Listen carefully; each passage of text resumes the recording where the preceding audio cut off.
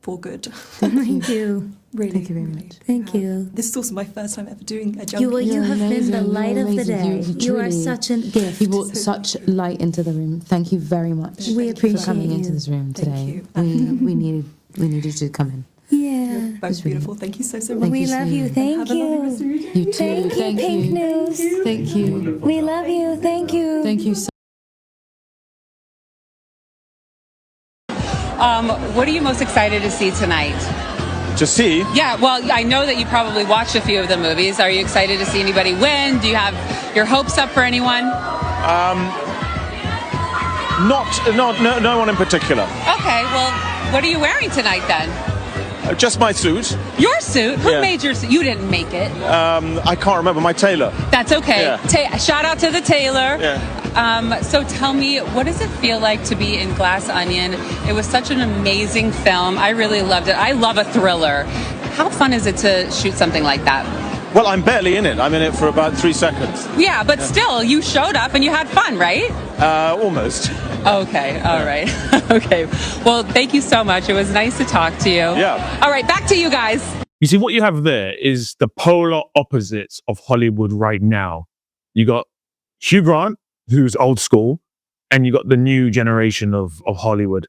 The difference is stark. It's like you could put an ocean between the two mentalities. Got these Gen Z actors pandering and like acting weird and like, I'm so happy you came. I'm so happy. You're the best. And then you got Hugh Grant, who just was like, why are you interviewing me? I don't want to be here and I hate you. It's this new generation of Hollywood wants to pander to, I don't know who they're pandering to, themselves. I think they're pandering to themselves. They can continue to do so. But the older generation who, honestly speaking, are way more talented, I'm liking this. I don't give a crap mentality. I fucking love it. I haven't seen Harry Potter 3. I don't know what it's called. Romancing the Stone. I've never seen Titanic. People tell me that's a big deal. What? Star Wars. It's been a lot of Star Wars films that I have not seen. Jurassic the Park. Well, I haven't seen Wicked yet, but I will. I'll do it. Enterprise, the future of the Enterprise, the Stone. Being John Malkovich with somebody, I think that's iconic. 300 Blows. Okay, I'm Italian American, all right? I've never seen The Godfather. Yeah, I haven't seen that Harry Potter film yet. So I think Guy Pearce was taking the piss. I think he's probably seen a lot of those films. But some of these are wild. Now, I think there's a few films that I haven't seen, like iconic films that I've not seen. I'm trying to think what they could be. I've not seen Lion King, so I've not seen the animation, and I've not seen the live action film as well. So I would say it's pretty much the biggest film that I've not seen. Harry Potter, I've seen the first 3 or 4. It's not for me. Come on, it's not for me. Star Trek, I've not seen a lot of Star Trek. I've seen like snippets of episodes from Next Generation, but I've not seen the movies, apart from the new Star Trek by J.J. Abraham. I've seen many. I think I've seen The Search for Spock. No, I've seen the one before that. The one when, who dies? Is it Captain Kirk who dies? Does Spock die? I've seen the one where one of those two characters die. So down below, let me know what films you guys haven't seen, iconic films. Let me know in the comments. Do you think I should be James Bond? In your words, do you? I definitely think I should be James Bond. Apart from she has said it's going to be a man and he's got to be in his 30s. And I don't think I'm going to be in my 30s and I'm not a man. But you know what? I'd make a great James Bond. Now, I think she was trolling, so I'm not gonna go in hard on her, pause. But she wouldn't be a good James Bond. No, you know what, actually? If there was a female James Bond, I think she'd actually be pretty good. So I'm not gonna completely take that away from her. I think she'd be a pretty good James Bond. But James Bond shouldn't be a woman, first of all. The name James is not a woman's name. And secondly, should they be in their 30s? I don't mind 40s, honestly. 30s, sure. 20s, not so much. I don't really care, to be honest with you. I thought I cared who the next James Bond is. I don't care. I honestly don't care. I'm not a huge James Bond fan. You may have watched the channel and seen a few videos where I'm talking about James Bond. I'm not a massive fan of James Bond. So who cares? You know what? Make it, I don't know, let's AI Sean Connery. Let's bring back Sean Connery. He can be James Bond again. Who gives a crap? I don't give a crap. What do you guys think? Who should be the next James Bond? I've spoken about this before. I think Aaron Taylor Johnson is a shoo-in for the role. But who knows? Who knows? Who cares? Who cares? Keira Knightley, give it to her. Die Hard is not a Christmas movie. It's a Bruce Willis movie. Yeah, well, you know, that's just like your opinion, man. So here's the thing with the whole Die Hard being a Christmas movie thing. It's not. Come on. I mean, there's violence, there's swearing, there's sarcasm, there's nihilism, there's terrorism. How is it a Christmas movie? It's not a Christmas movie. Now, having said that, the screenwriter has said that it is a Christmas movie. And if you were to argue that it is a Christmas movie, there are things like the snow, there's little Christmas songs, there's a couple of tropes, there's a character called Holly. So there is an argument to say that it potentially is a Christmas movie. I don't watch it and think Christmas. I watch it and think violence, terrorism, Alan Rickman. Did you know that reportedly actor Alan Rickman nearly passed up the role of Hans Gruber in the 1988 film Die Hard? It ended up being his first film role, and he had only arrived in Hollywood 2 days earlier. He was appalled by the idea of his first film role being a villain in an action film. To a degree, Rickman was right to be concerned, considering his performance as Gruber was so well liked that the actor ended up being typecast as a villain for much of his career. So the thing is, with Alan Rickman, he's one of these actors who's universally praised. And the reason why is because of what they said. He's a classically trained actor. So he spent most of his career in roles that I felt were beneath him. And I think one of his best roles, and again, I haven't watched all the Harry Potter films, but I think he's really good in Harry Potter. I don't think anyone's going to play the role the way that he played it. Because if you look at Alan Rickman as a character actor over the years, he went from this one of the best villains ever put on screen to this kind of more. Snape is like he's like the anti-villain. Is that a term? An anti-villain? It's like very kind of insular in that performance. Whereas Hans Gruber is very, very, he's out there. He's very exuberant. So Alan Rickman is one of the greatest actors that Britain has ever produced. And honestly, I think cinema misses many people. I think he's one of the people that cinema misses. Robin Williams is another one.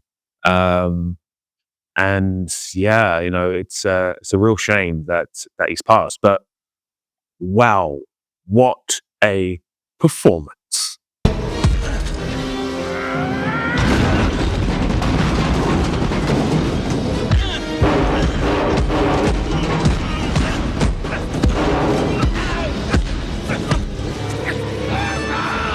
And some of the fights in Die Hard are good.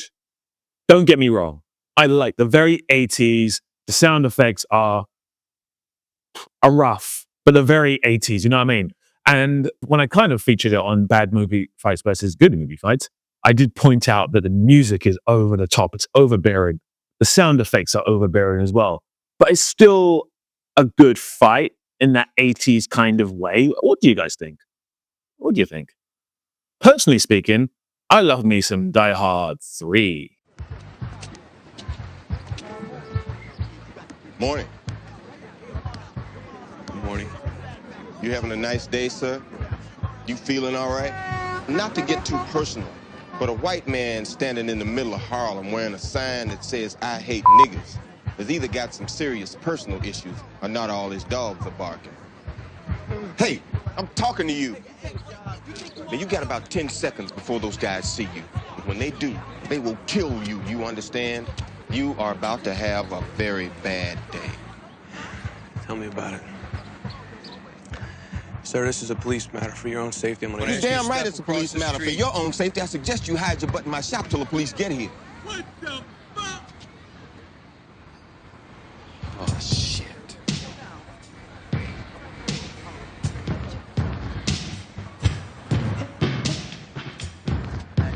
Listen, I'm a cop. What? I'm on a case. Somebody blew up Bonwood Tellers an hour ago. Did you hear about that on the news? Yeah. The same asshole that did that said, I gotta come to Harlem and do this, or he's gonna blow up something else. Do you understand? Listen, I got a gun. You They should got get across 10 the street. guns. You should get across Look, the street. start acting crazy, What? all right? Like Looney Tunes, you know, like Bellevue. Hey, Zeus, he's a friend of yours? He looked like a friend of mine. Cannot tell you how much I love this scene. I watched it when I was about 12, 13 years old for the first time. And at the time, it felt like John McClane was in such jeopardy in this scene. It felt like he was going to get killed, for sure. Because if you walk around with a sign like that in New York, you might get hurt. And I've not been to New York. I'm just guessing. Looking at it now, and I still love the scene, I don't feel the jeopardy that I felt when I was younger. I don't know why that is. Maybe because I'm older and I just feel like, I'm more mature and I can probably handle a situation like that. I mean, I'm not going to walk around with that sign, but do you know what I mean? Like, it doesn't feel like, especially that moment in daylight, in the middle of the day, like, I don't think they would kill him. I think they'd hurt him. Probably take the piss out of him. But when I was younger, I thought they'd fucking kill him. But now I don't think that. Die Hard 3 is just perfection. I love Die Hard 3. It's way better than Die Hard 1. It's way better than the terrible Die Hard 2. I like the one with Timothy Oliphant. I forgot what it's called. I'll put the thing here. Die Hard 3 is my jam. Bruce Willis just came off of Pulp Fiction. Samuel Jackson just came off of Pulp Fiction. My God, they're both electric in the film. The dialogue is back and forth, back and forth. Excellent dialogue. Brilliant film. I think Tarantino ghostwrites some of the dialogue. I'll fact check that here as well. But yeah, honestly, what a film. Jeremy Irons is wonderful. He's camping it up in the role as a villain, as he always does. Blood rain from the sky! I love this film. Like, even the game from the PS1, the game is amazing. I don't know if they actually use Samuel L. Jackson's voice in the game, but I just remember playing it with my brothers and going, this is amazing. Samuel L. Jackson's in the game.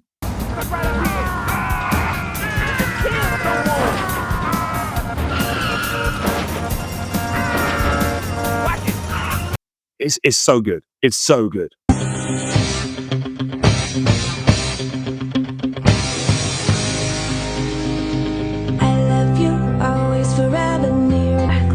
Together.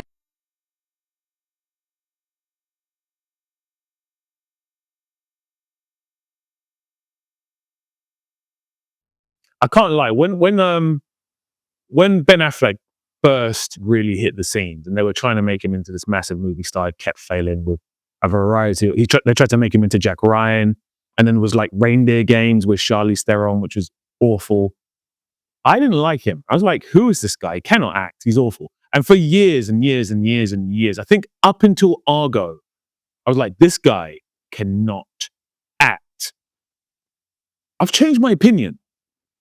I think it definitely was his directorial stint. And I think he's still directing, so it wasn't a stint. It's definitely his first film as a director. I think Gone Baby Gone was a wonderful film with his brother Casey. And then Argo obviously won loads of Oscars. He's pretty good in that as well.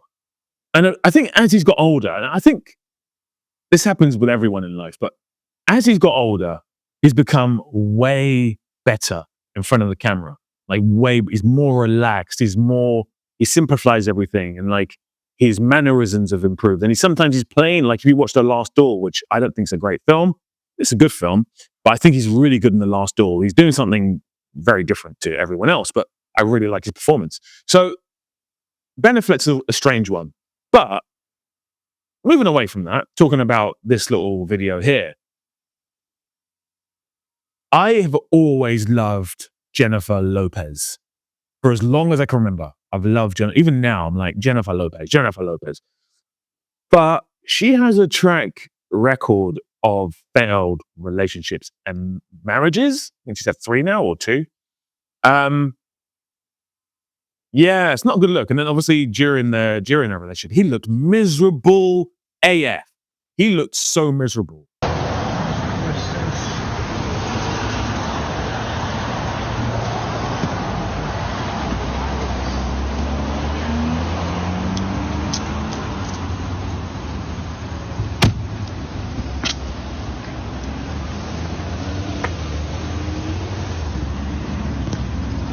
Have a good day. You got it. Not to say that I wouldn't go there with J-Lo, but he looked miserable. And most of them look miserable afterwards. So the fact that he's now talking to Jennifer Garner, I'm not sure if he's back with her, but he looks so much happier. So much happier. And obviously this is just, these are just like candid videos. So he's probably got his kids there. He's probably feeling good. There's so many factors that could be the reason why he's so happy. But having said that, just generally, like I've seen him in interviews lately as well, and he just seems so relaxed, so much happier. And, I'm happy for him. I'm really happy for him. But guys, girls, be careful who you get into relationships with because they can absolutely affect your mood. They can change your whole life. Your trajectory of your life, your career can be absolutely telegraphed by the person you're with. So let that be a lesson to you.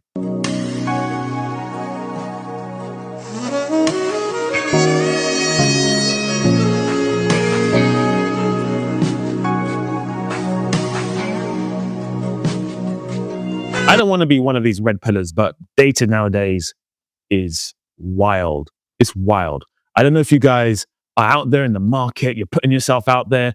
Maybe you can attest to everything I'm saying. Or maybe you just ain't got the minerals, bro. Here are some weird signs that you're an average man. Number one, no one ever talks about your looks. Guys, if you never hear how handsome you are, you're an average dude. Especially from women. If you don't hear how cute, attractive, good looking you are, you're average, bro. Number two, your net worth is under 6 figures. Guys, you no longer can be a man, an able-bodied man in 2023 in the Western world and have under 6 figures. You're making under 6 figures. Women won't even take you seriously, bro. You're a regular dude. Are you making your 6 figures? Are you making your 6 figures? Let me know. It's the 10th anniversary of Interstellar. Oh, and I think it's being re-released in theaters in 70mm IMAX. In IMAX. Yeah. Okay. How did that movie change you? It's my favorite movie of all time. And my initial thought was, Cooper's being selfish in the wrong way. And then it's a good argument, though. I don't think you can easily say that. There's a major consequence with that, but look at what. And I deal with it now. I got 3 kids doing my favorite job. But I think I find extreme and endless purpose in parenting. But I'm dabbling in different versions of leadership that have to do with the betterment, maybe I hope, of more people. But it would become a consequence of being there and being present like I want to be from my 3 children and my wife as our family. I haven't found anything that I believe is worth that at the sacrifice of this yet. And my argument with myself there is the best exports we can have if we do it well as our children. Would I sacrifice? I love what he's saying, by the way. I love what he's saying. He's basically saying that one of the best contributions you can give to the world, to the future of the planet is, I think what he's saying is love. I know he's actually saying a physical manifestation of love is your kids, but I think essentially what he's saying is love. And I think that's a beautiful sentiment from Matthew McConaughey, who hardly acts nowadays. He's just on podcasts. I think he's got his own podcast and he just presents from his mansion in somewhere in Texas or wherever he is. So big love to Matthew McConaughey. He had his reconnaissance between like 2011 to like 2018. He was just everywhere. True Detective, Interstellar, Dallas Buyers Club. He was just everywhere. And yeah, I mean, I kind of agree with these sentiments. And Interstellar is a wonderful film. Interstellar is a really wonderful film. It's not my favorite Christopher Nolan film, as you may know from the last video. But I would say my least favorite Christopher Nolan films are for sure Tenet and also The Dark Knight Rises. And there's a little moment from The Dark Knight Rises, which is definitely his worst moment. It's almost as if he went, fuck it. You know what? I'm going to let the intern direct this scene. Prepare yourself.